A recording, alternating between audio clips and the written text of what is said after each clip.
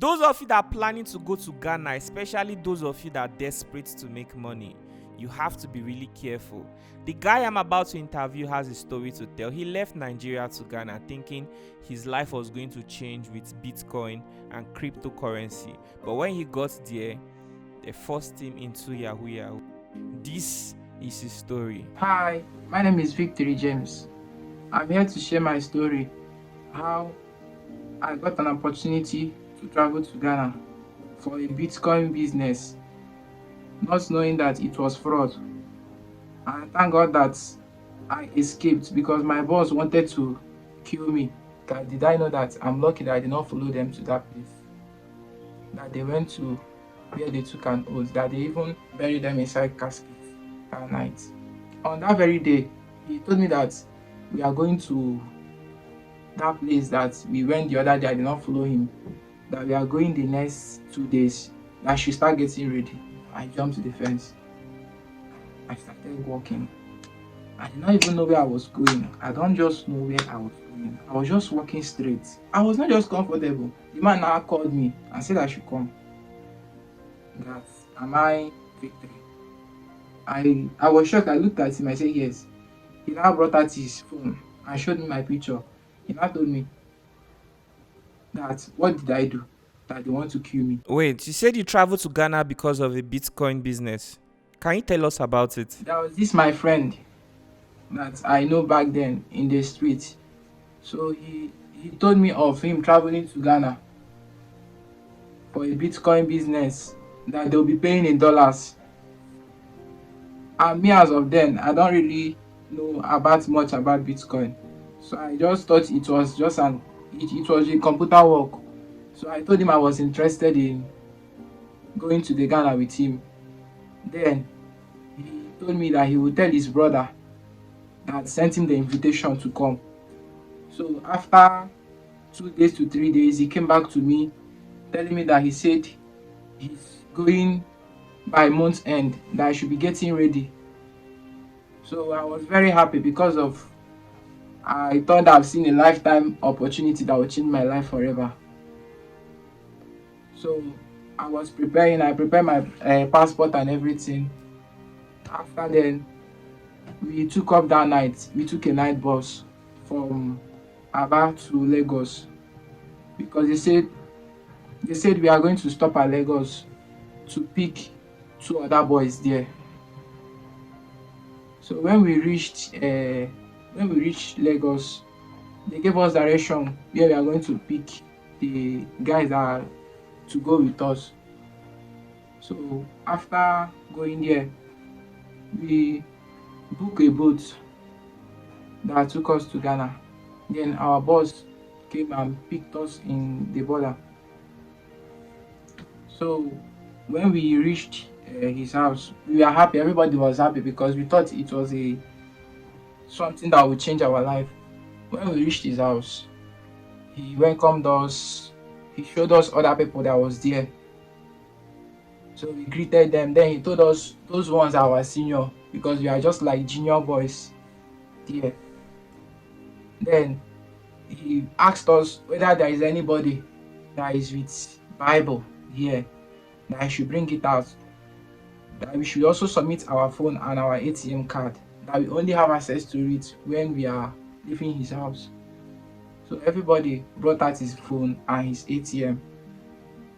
Then it was only 2 people there that was with Bible. The other ones were not with Bible. So he collected everything, showed us our room, told us that we should go and rest for that day, that they will give us food, that the next day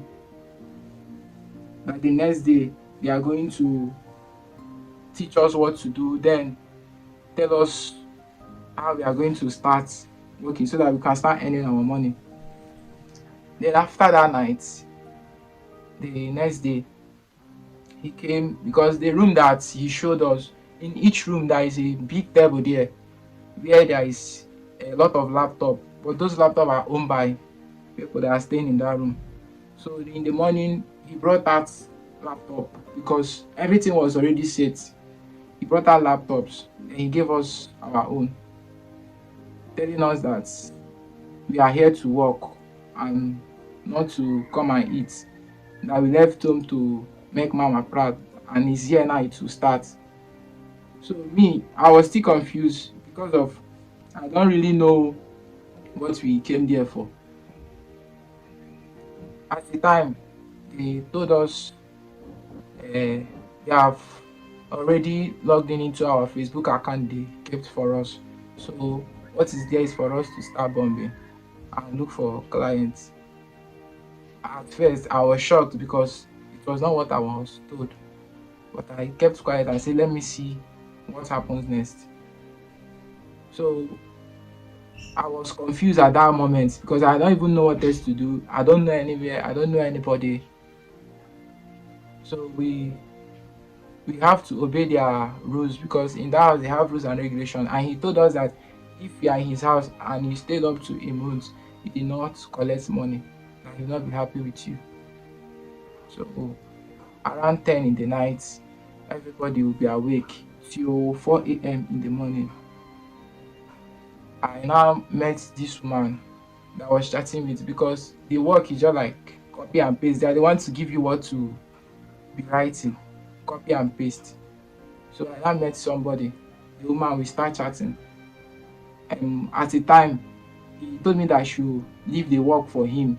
I should push that client to him, that he'll be the one to continue from where I stopped because of that is the time it will reach. It will not be us that will be chatting the woman again.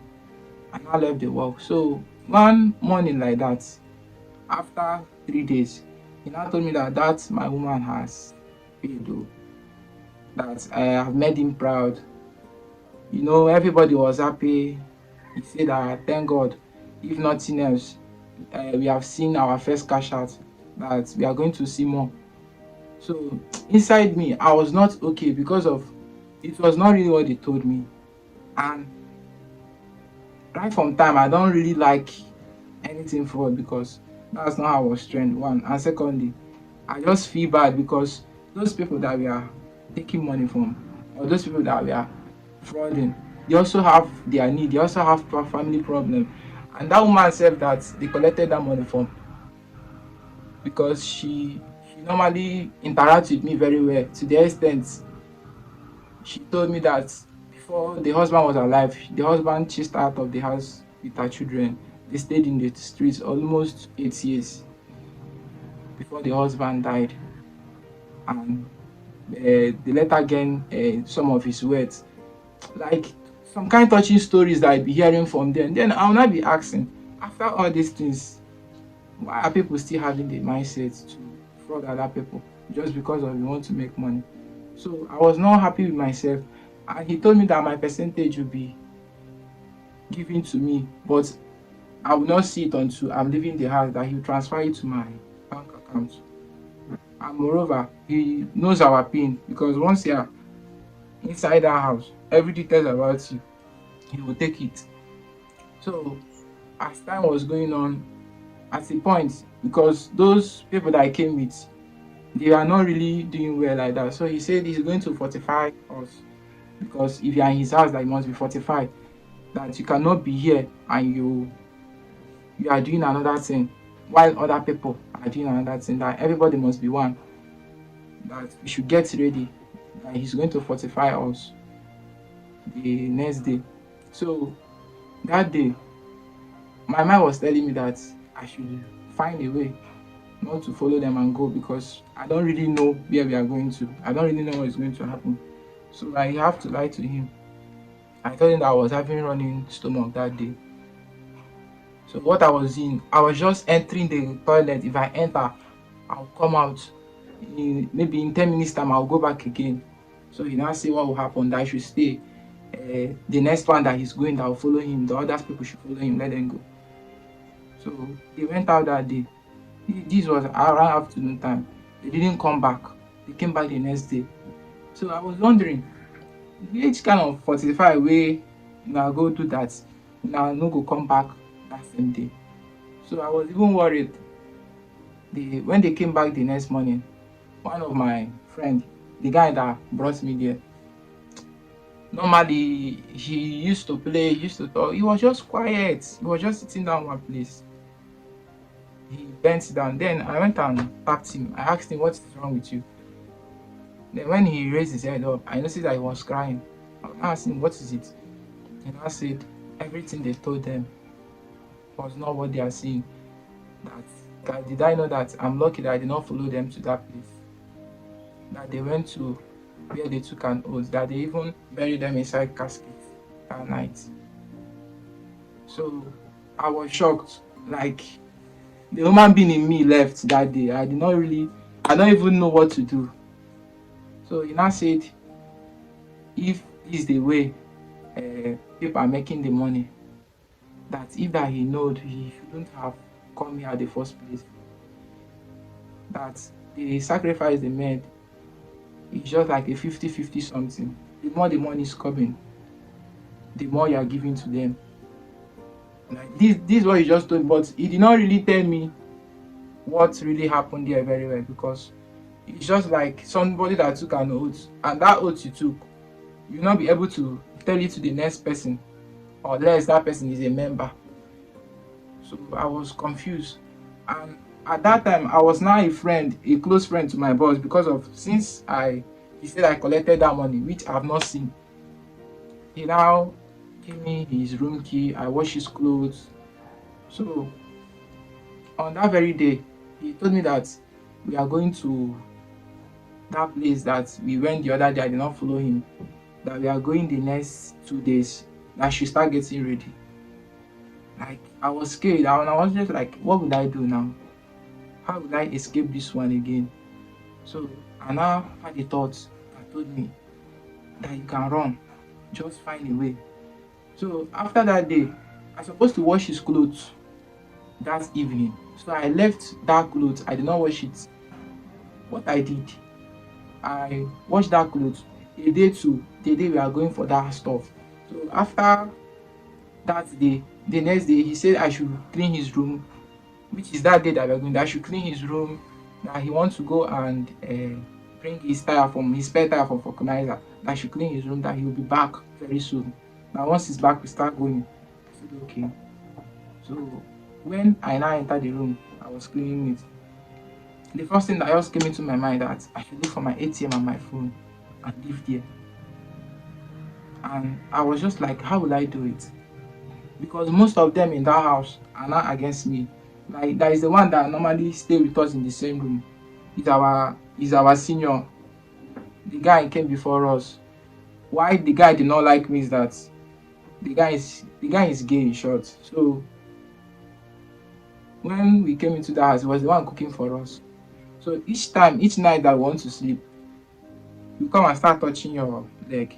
So the first day I noticed that, and I shouted at him. He did not talk. The second day he wanted to try it. I almost fought with him. I even have to go and tell our chairman. Our chairman said that I should forget about that thing. The person I'm talking of is not sure is that kind of person. So I stopped sleeping inside the room. What I used to do after my work, I'll go to the passage and sleep in the cushion. So the guy stopped giving me food. If you want to dish food for me, either he give me the small one or he tell me that there is no food now. Maybe my chairman come back. If I tell him that I'm not eating, he will bring Indomie from his room and give me to go and cook. So I was not like, how will I make this plan? Everybody is against me, because if I want to run now, what if somebody see me? So what I now did, I managed to see my phone, but I didn't see my ATM. It's like my boss to use that ATM, because there is a wallet that normally puts ATM. It's like all those ATM was inside that wallet. So when I took my phone, I now told the senior boy that I want to go and bring in the clothes that I washed outside. So he said okay. So I took that phone and I saw money inside my boss pocket. So I collected the money. When I came outside, because the place we are staying, the fence is not too high like that, I don't have to use that place. I jumped to the fence. I started walking. I did not even know where I was going. I don't just know where I was going. I was just walking straight. I was just walking like somebody that they want to shoot, that they pointed gun at. So I walked almost for 30 minutes. I saw one man. Then I was trying to explain to the man, but it's just like the man doesn't hear English very well. So he was just looking at me. If I'm talking, he's looking at me like say I dey speak one kind language wey I understand. So I I continue working till I saw another person. So thank God when I told the guy that see the kind of condition I'm into, I'm just looking for where I will enter border that will take me back to Nigeria. So he now said okay, that he's going to help me out. Then I don't even know anywhere there. He carried me, then brought me to the place that will take the boat to Nigeria. Because when we reached there, I was not myself because I was already scared because I don't know what had been going on since I left. I don't know whether they are tracking me or something. So when I reached there, I off my phone because I know if I on it, my boss will be calling me. When I reached there, the guy in charge of the boat now looked at me. He didn't talk. And I told him that I want to go to Lagos. That can you help me out? I see the money I have here. He said, no, that there is no problem now. That the boat will soon full, that I should wait. So as I was there, I was not just comfortable. The man now called me and said I should come. That am I victory? I was shocked. I looked at him. I said yes. He now brought out his phone and showed me my picture. He now told me that what did I do? That they want to kill me. Like I was just looking at him. Say what did I do that they want to kill me? I told him nothing. That I'm from Nigeria. And I explained everything to him. He said, why do you people normally take risks and come to a land that you don't know? That the person I called my boss, I've already paid for my head, let them kill me. That I'm a target, but I don't know. So I was now begging the guy, telling him that look at I didn't plan for this thing. Then he said that you don't worry, he will help me. Now many have come here, they did not go back. But he will help me because the way he's looking at me, that I'm innocent. But I should not ever try this again. That I should not ever go where I do not know or go where that I do not have relative. These are the man helped me. He didn't even collect money from me. When I reached Lagos, I was cold because it's just like you looking at your death in your eyes like this. Like I was totally scared. Even when I reached Lagos, I was still scared. Like, are you sure they are not still following me? Are you sure they are not still tracking me? So what I have to do, I removed that SIM card that was using. I threw it away. So after that time, and my happiness was that before I left that house, that woman that we took that money from, the woman that they took the money they say they took from her because I did not eat any money. I later told her that I'm not that person that you think because they're using a white man picture, military man, claiming to be in Yemehem. So I later told the woman that I'm not that person you think that I am. That look at the real me, but don't be angry. So she said, why did I deceive her? I begged her, I pleaded with her. She said she had forgiven me. But before I left, the account I was using for the Facebook, the account, I don't know whether they hacked it or something. It was not really working again. Then my boss said I should continue bombing with another account he gave me. So what I was doing, if I go online, I'll go and start watching TikTok.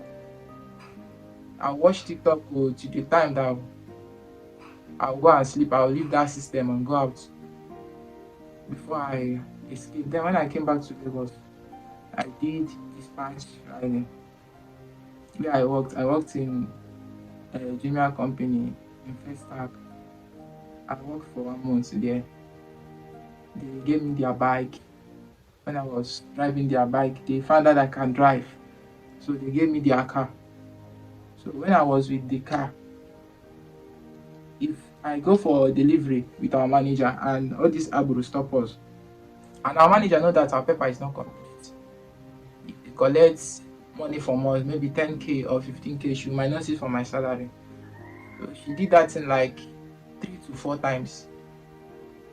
After that month, I went home with, I don't know whether it's 3k or maybe 4k out of 40k. So I was looking for another work. I found another one. When I found that one, I was working with the company at Agopalash. The first rider had an accident. The second one also had an accident. I was the last person. The guy had my own accident. They showed me sign I should not go, but our manager insisted I should go. So I also had an accident, but I'm healed now. The thing affected my leg. I'm cool now. So I have to start coming back to my hometown to look for something to do for myself. So it has not been easy for me, but I thank God that today I learned a handwork. I have a skill. I can produce brake pad, KK brake pad, but I don't really have the money to start up. I just get the work currently. So since I came back, life has not been easy. And my advice to the youth is that don't be in a haste because of you want to belong or you want to be among others. Your time will surely come. Your time will surely come, because anything that someone do now, anything that somebody do now will surely come back to you. Law of karma is real.